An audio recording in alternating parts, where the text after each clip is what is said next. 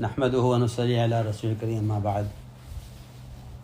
ہمارا قدیم معمول ہے کہ رمضان المبارک کی آمد سے پہلے تمام کام کرنے والوں کو خصوصاً اور تمام عالم بسنے والے مسلمانوں کو عمومی طور پر رمضان المبارک کے اندر عبادت اور دعوت کے اہتمام کی طرف متوجہ کرنا ہوتا ہے۔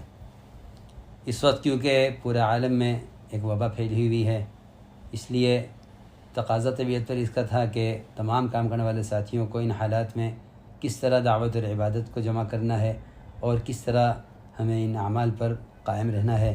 اس سے متعلق ایک اہم خط تمام عالم کے کام کرنے والوں کو بھی اور تمام اپنے ملک میں رہنے والے کام کرنے والے اور عام مسلمانوں کے لیے یہ ہماری طرف سے یہ اہم خط ارسال ہے۔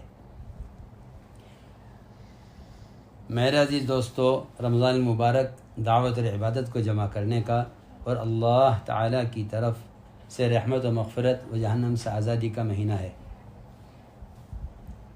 دعاؤں کی قبولیت اور اجسام کو گناہوں سے پاک کرنے کے لیے روزہ جسم کی زکوٰۃ ہے۔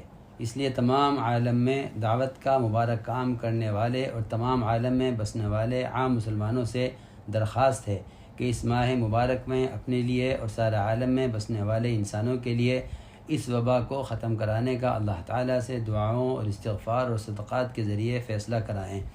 رمضان المبارک اجتماعی اعمال کا مہینہ ہے جس کا شوق اور جذبہ ہر امتی کے دل میں ہے۔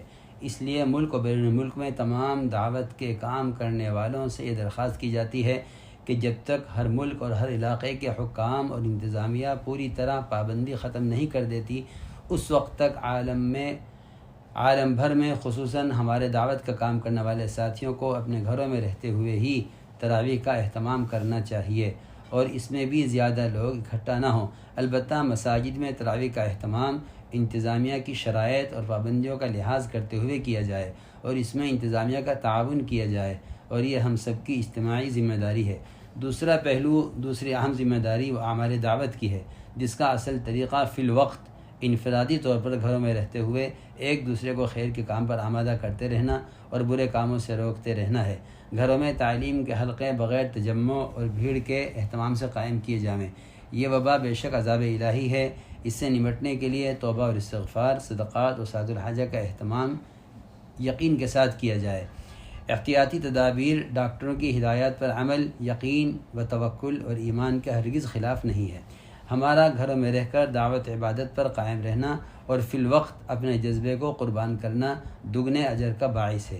اس لیے اللہ رب العزت معذور کے عمل کو کامل بنا کر قبول فرماتے ہیں۔ فقط والسلام، بندہ محمد سعد غفر اللہ، از بنگلے والی مسجد، بستی نظام الدین، نئی دہلی، انڈیا۔